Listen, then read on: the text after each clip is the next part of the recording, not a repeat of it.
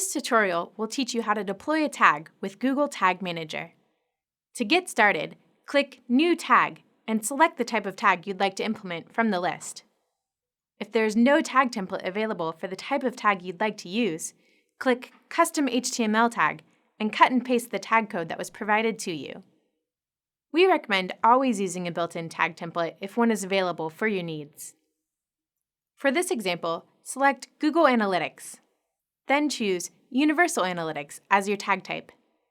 The next step is to configure a trigger that will determine when GTM fires your tag.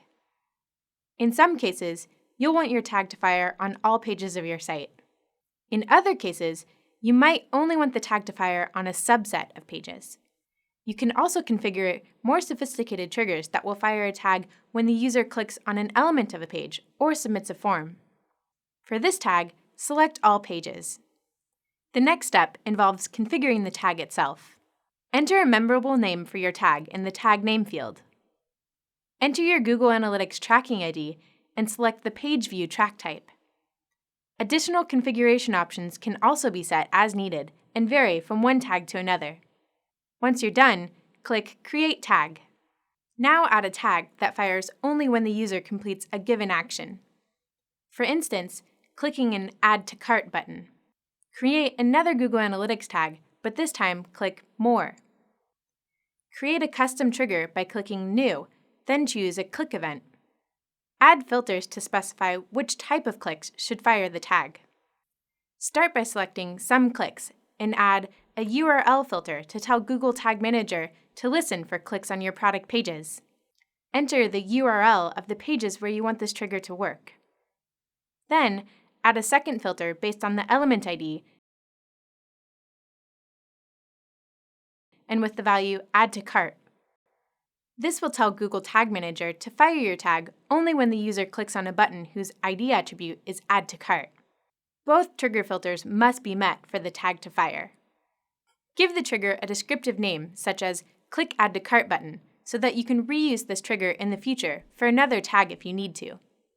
Set the trigger type to Click to ensure that GTM listens for clicks on any page element. Alternatively, the Link Click option allows you to create triggers that listen to clicks on anchor tags only. Next, finish configuring your Google Analytics tag.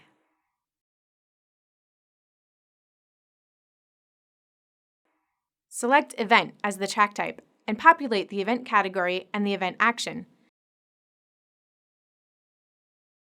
Leave the event label blank since it's an optional attribute. Click Create, and now you should have a second Google Analytics tag in your container ready to be published.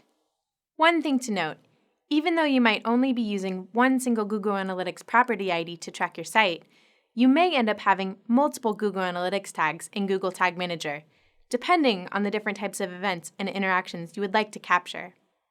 With all your tags configured, it's now time to test your container to make sure the tags fire as expected. Click Publish, and then Preview.